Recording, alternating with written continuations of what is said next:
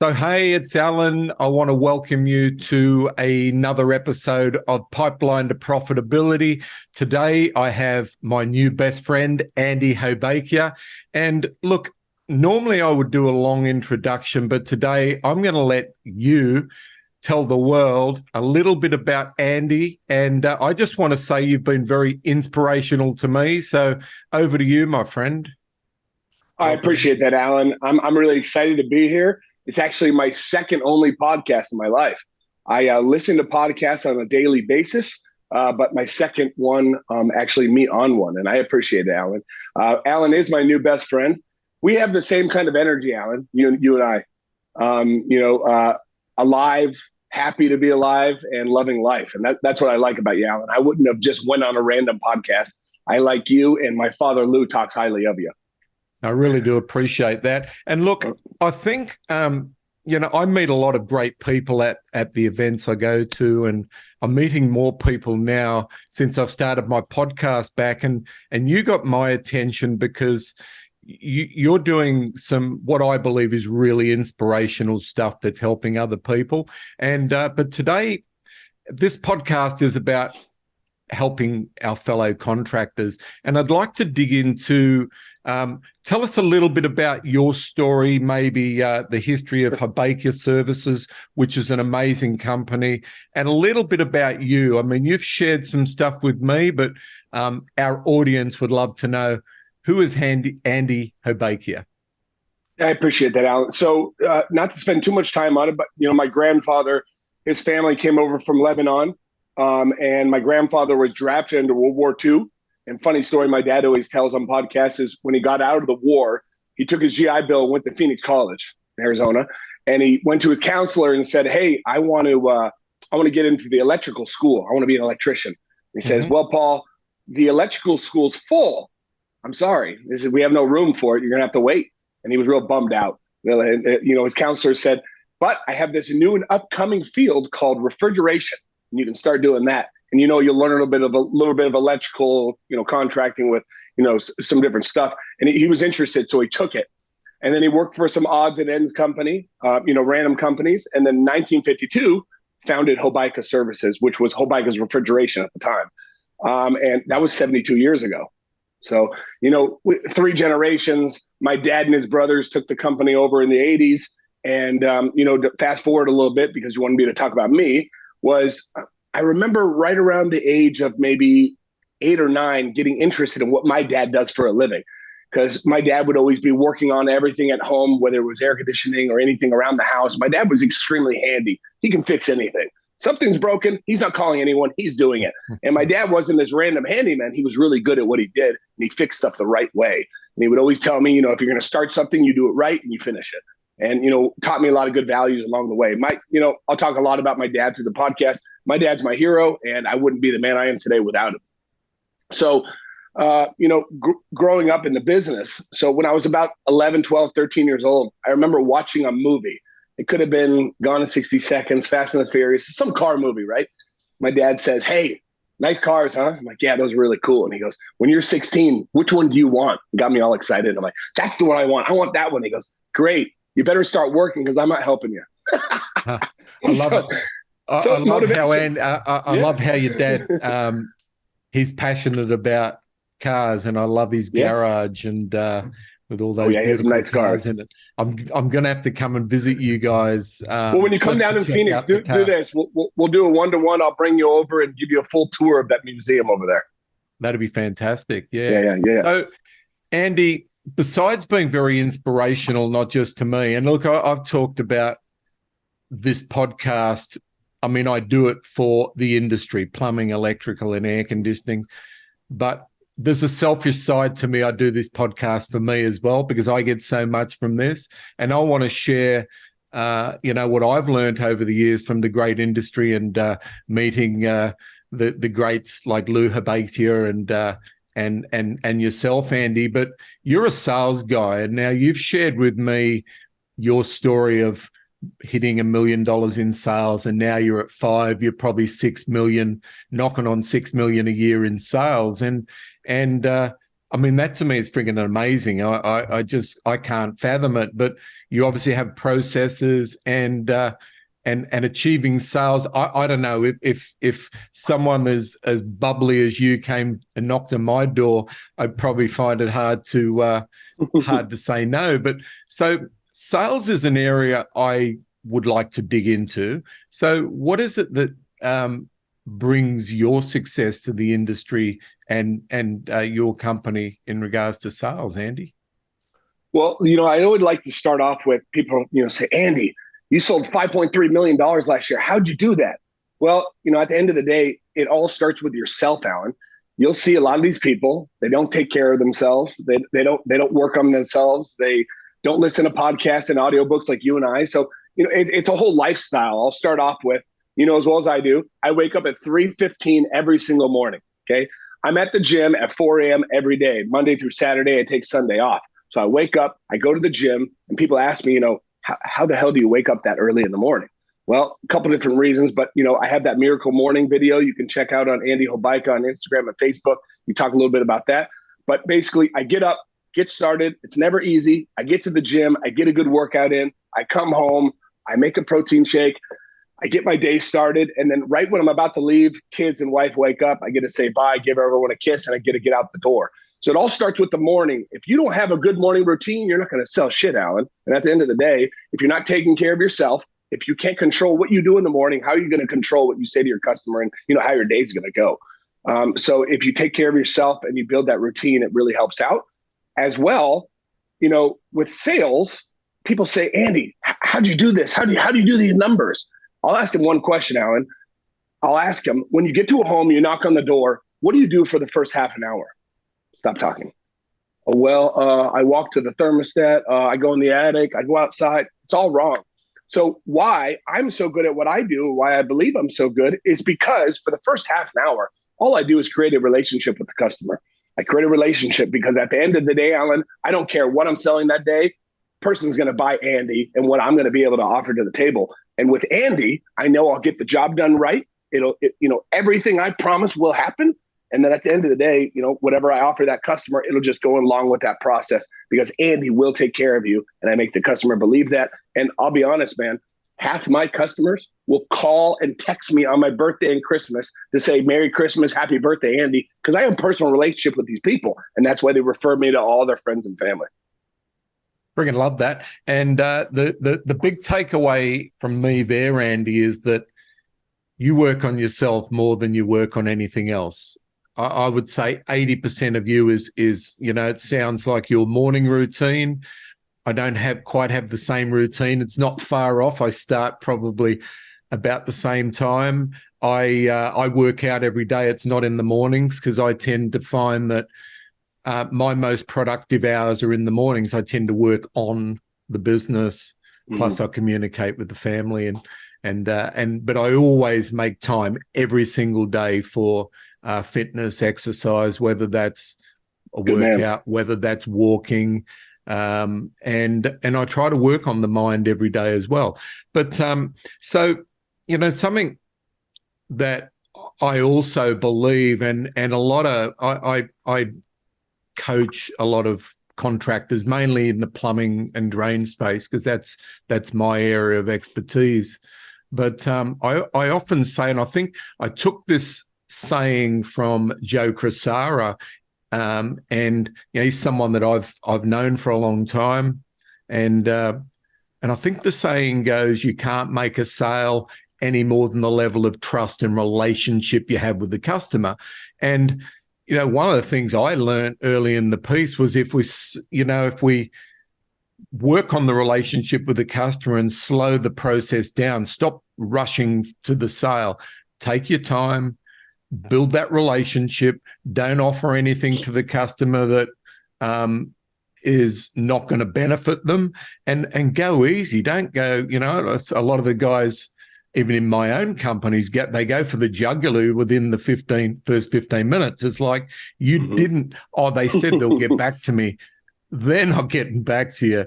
But the thing is, if you can build the relationship, you should get to meet the customer a few times, involve them, and then the sales will happen. So But yeah, love that. Hey, So real quick, you got to involve the customer on the entire thing. And I'll tell you right now, if the customer's walking around the house with you, going in the attic with you, going on the roof with you, I'm sorry to say, Alan, I'm walking away with that sale. Now, if the customer doesn't want to go along with you, one of the key factors of my father's process and my process at Hobaica Services is videotaping everything. Now, this is a $100 million idea to everyone that's listening. If you're not videotaping, you're not taking pictures, you're shooting yourself in the foot. Now, let's say 5 contractors come in and give a quote, and I'm number 6, which being last is always amazing, but being first is great as well, Alan, because the other 6 are going to get canceled after I come in the door. If you go in the attic and you're like, oh, well, need some new ductwork here, maybe some new runs and maybe some more insulation, versus me going in the attic and taking a video of everything and saying, hey, Alan, it's Andy with Hobaica Services. It's Tuesday. This is not a fake video. I'm in your attic. You can see as I take a measurement here, you have 2 inches of insulation and your ductwork is falling apart. Look, this is torn. Man, I don't know how much energy you're wasting, but I would love to show you this video. And I'm going to share it with you when I come down. I do that in the attic. I do that at the electric panel. I do that at the air conditioner. I do that everywhere if the customer's not actually with me. I'll take video of my heat load. I'll do the whole thing. So the customer's involved. And you know what, Alan? You know how many other people I'm going up against are going to do what I'm doing? 0. I'm with you. I love that. Look, definitely $100 million idea. And look, I do see a lot of companies that like we're always big on taking photos, and especially when you're digging holes and replacing people's drains. I'll give you an example of a job that we did some time back, and I had we used to want our guys to not just engage the customers, but take photos, not as much in videos, but it's definitely something I'm going to be teaching my coaching clients on using videos. But I used to like to see the photos of the work, and, you've dug a hole, you replace the drain. I want to see that it's done right. And then also, we have these cool things called video cameras. I don't know if you work with your drain guy. I want to see inside the pipe as well. I want to make sure that works, because we would give a lifetime warranty on our work. And to do that, you got to make sure the work is right. I've had jobs where at the end of the job, show me the photos of the work. I want to see how it was done. Oh, we forgot to take photos and it's backfilled. Guess what? Guess who was digging the thing back up? 100%. You're digging it up. You're going to show me what you did, because I want that. And that we keep that as a record. The customer can see the quality of the work. And so videos. So what else do you believe is important? We covered the relationship, which is probably the most important thing, and your level of confidence. I mean, that's probably something that you can't really teach someone to be confident, right? And this is something that I get a lot with some of the managers I work with. They say, oh, how do we motivate our guys? And my response to that is, you can't fucking motivate shit.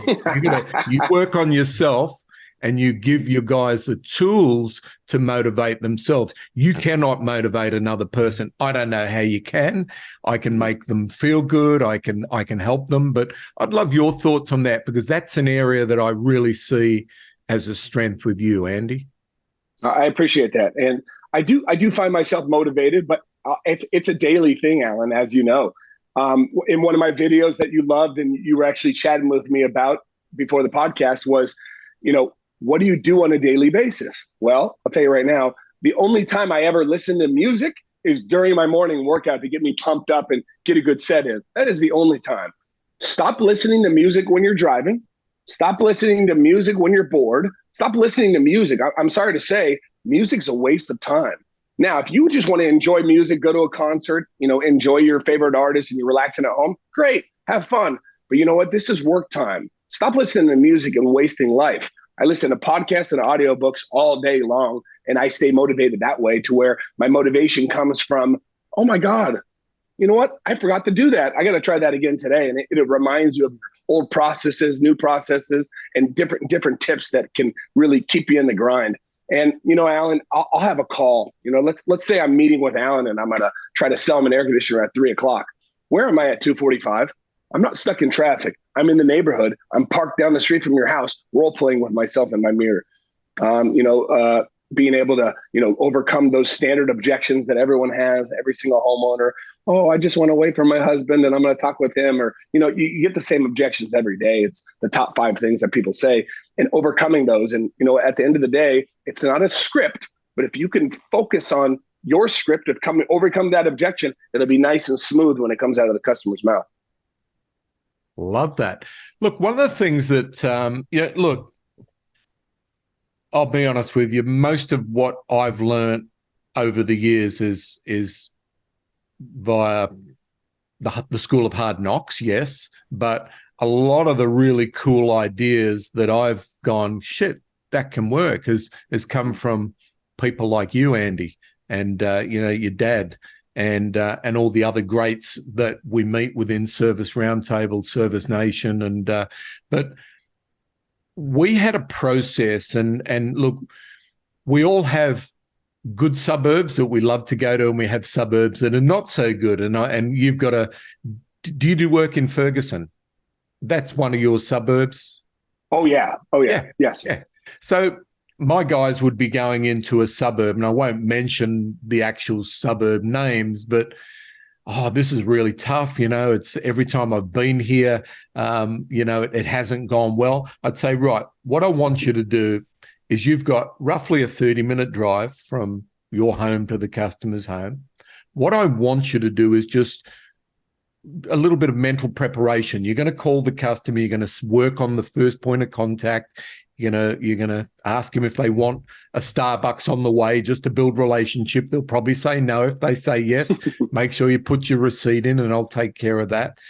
Mm-hmm. Some of the guys that did that, really, they when they arrived at the customer's home, it was like they nearly got a hug from the customer, because no one does that, right? But I would say let's get the mindset right. Let's start you thinking about this is the best area you've been to. I want you to really get prepared mentally, because that's what you should be doing on the way to the call, not thinking about, I'm going into a tough area and the last time I was here, it didn't work well for me. You need to be prepared. And guess what? When you get there, you've called the customer, you've already got the relationship started. That's contact one. The experience for you and the customer is going to be a lot better. So I'm sure you have similar stories to share, Andy. I'd love to hear some examples on that. And I'm sure you train also. Look, I'm presuming, but I know you well enough to know that this is how you train your technicians, right? Yes. Same thing. So exactly what you just said, we do. And yes, we call when we're on the way.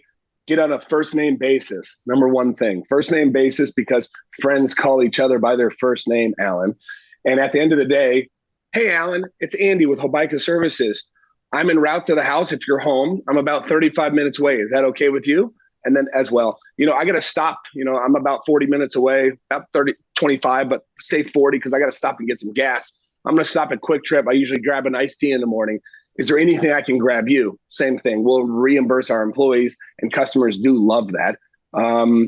Parking your van or your truck in front of the house, getting out, coming up, knocking on the door. Again, first name. Good morning, Alan. It's Andy. We just talked on the phone. Here's your drink. I got you. You made that first impression. First thing, Lou Hobaica thing, turn around and ask him, hey, is my truck parked in a good spot? Is it good? I just want to make sure I'm not in the way. Wonderful. Do you mind if I come in so we can get started? I like looking around and seeing everything. First, you can show me to the thermostat. You slip your booties on, and I don't know if any other companies do it, but we have branded booties with Hobaica along the side of the booty. Put booties on, and then you get started with your process. And I even tell my technicians, guys, don't rush to the thermostat. Don't rush to the filter. Ask them to show you to it. Go at their pace and start looking at stuff on the wall. As well as I do, you can pick 2 or 3 pictures off the wall and become pretty familiar with that customer really quick. Oh my God, Disneyland. How old is this picture? I want to take my family there. I took them there last year. You just start talking, as well as Alan, people like talking about themselves. So then just let the customer talk, And, sooner or later, 10 minutes went by and the customer actually feels a little bit more comfortable and trusts you now. Fantastic. Yeah, look, we've been learning from the same people, right? And, you touched on some of the success. Oh, look, there's really nothing original as far as sales and success. It's all the basic stuff. I mean, I work with Joe Cunningham, the Service Success Academy, who's the sponsor of Pipeline to Profitability. And Joe learned he was close with Zig Ziglar, Jim Rohn, Tom Hopkins, who I've been blessed to meet. And these are the people that pretty much started it all, because everything that's going on now is just a modification of that. But what you said to me was that daily, I mean, I think it's Zig Ziglar says motivation is like bathing. We recommend it daily. And another great one that I was listening to a reel or something with Arnold Schwarzenegger, and I think it was Grant Cardone or someone. Don't quote me on this. I love Grant. Why do you go to the gym every day? What? No, it was it wasn't Grant Cardone. I think it was, anyway, it doesn't matter. But the moral of the story was, they said, why do you go to the gym every day? And Arnold's response was, well, why do you eat breakfast every day? Why do you? Because that's just part of who he is. He enjoys going to the gym every day. So I feel if we're asked to try to motivate someone, the best thing we can do is just help give them the tools. This is what you should be doing. This is what you should be listening to. Jump on a Pipeline to Profitability podcast, especially this one, episode 55 with Andy Hobaica. This will be the best podcast yet, right? Damn right. And you got to fill your head with the stuff that is going to make you want to be motivated yourself. Like I said, you can't motivate someone else, because if we've all got shit in our life. We've all got the daily hassle of life itself, being a human, and it's not easy. And anyone that says it is friggin' lying. Especially notice how with, I refrain from swearing. I've been behaving myself. I've been trying as well. My dad told me, you're going to get along with Alan. You guys both say the F word a lot. And I said, you know what? I'm going to try my hardest not to say the F word, not to get Alan going here. But hey, I was going to tell you, we all have our daily, struggles. And at the end of the day, not making an excuse, I'm extremely blessed. But, I'm trying to, go through my daily routine. I have a 9-week-old at home. So thank you. It's a lot of work. So I have an amazing wife. I have a 2.5-year-old daughter, and then I have a 9-week-old son. And I love that excuse. Oh, I'd love to go to the gym in the morning, but my kids. I'm like, oh, really? Your kids? Yeah, let's talk about that. I got 2 hours of sleep last night. I'm still at the gym. As Arnold says, learn to sleep faster. I love it. Look, if I go to bed late, I still wake up at 3:34 a.m. So I have to go to bed reasonably early. I know it's boring for some, but look, we got to do what we got to do to succeed, right? So look, this has been fantastic, Andy, and you are my new best friend. I say that sincerely. So you've got a special book that you're reading at the moment that you might like to share with our audience, and so I'd love to hear what that book is. You've got it there. I'm reading a few books right now, and we talked. The one that's something about not giving a fuck. Oops, sorry about that. So no, that one. So I've listened to that audio 6 times, and I'll be honest. Every time I get into a negative mindset, my dad will look at me and say, "Hey, go fucking read that book, the orange one." And it's by Mark Manson, and it's The Subtle Art of Not Giving a Fuck. It is hands down the best audio book. Everyone strongly recommend reading it. And again, if I get into a negative mindset, I get negative, start listening to it again or start reading it. I like the audio because it's really, really interactional. And I drive a lot. I'm driving for 4 or 5 hours a day. So I'll listen in between calls, and it really gets to you. It talks about you only have so many to give.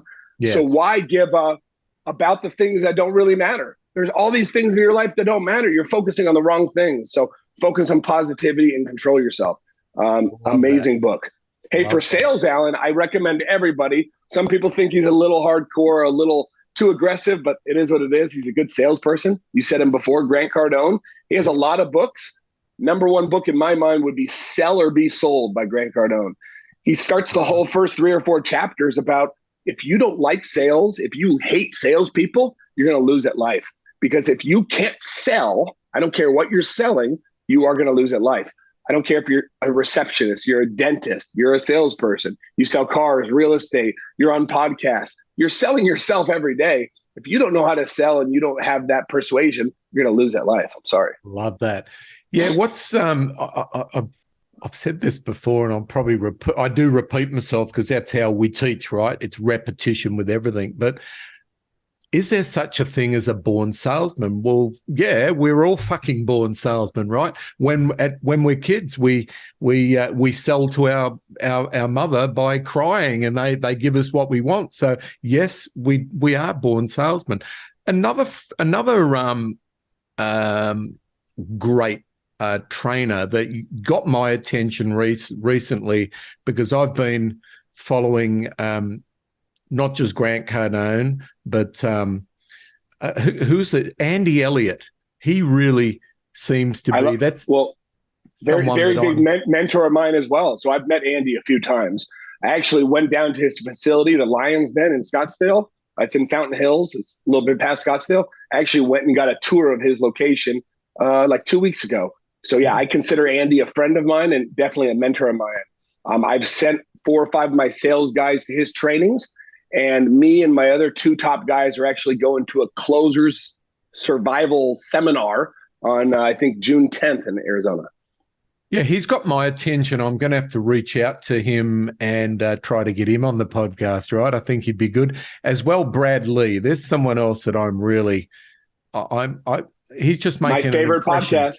He's making an impression on the world that I love. And I had a really good chat yesterday with Corey Berrier. And Corey is making some waves with his podcast as well as, his business ventures. And I think he is friends with Brad. And he said, "Oh, look, I'll introduce you one day." I said, "That'd be fantastic."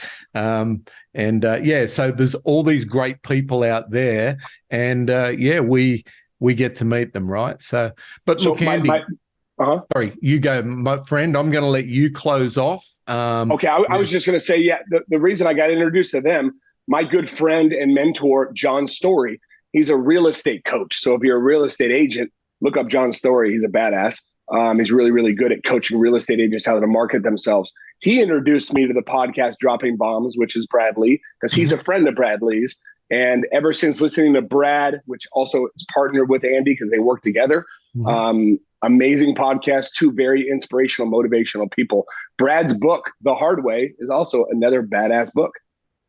Going to get that one too. These book recommendations. So anyone that wants to make better sales, earn more money, they need to, as Mark Madison said, and I love using my mentor's quotes, it's the people we meet, the books we read. The books we read, the people we meet. It doesn't, that's really what it comes down to, right? At the end of the day. Yeah. And the podcast we listen to, especially Pipeline to Profitability. I'm not one for plugging my own podcast, not. Lovely to meet you, Andy. And thank you again. Say hi to Lou for me. And I'm going to get you to close out with how can anyone that wants to get more of Andy Hobaica reach out to you? And that's... Sure.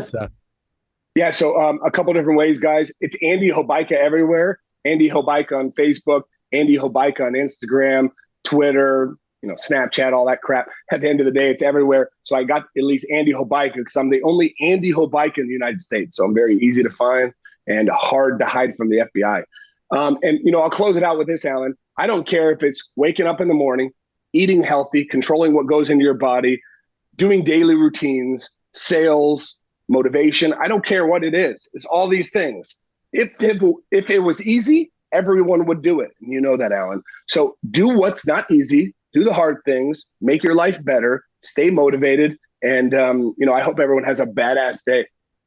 I will. Thanks again, Andy. And thanks for everyone for joining me on this podcast of Pipeline to Profitability. And over and out. Thanks again, my friend. Lovely to meet you.